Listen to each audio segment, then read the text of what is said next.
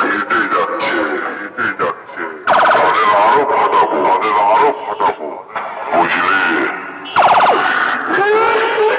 আমি সেই হুগলি জেলার খানপুরের সাউন্ড সেন্টারের মালিক ওদের ওপেন চ্যালেঞ্জ করে গেলাম চ্যালেঞ্জ করে গেলাম কোন সালার যদি দম থাকে তুই সাউন্ড সেন্টারের একটা চুল নড়িয়ে দেখা তাহলে বুঝবো তোরা বাপ্পা বেটা সাউন্ড সেন্টার ছিল আছে আছে আর ভবিষ্যতেও থাকবে আর যতদিন থাকবে সব সালার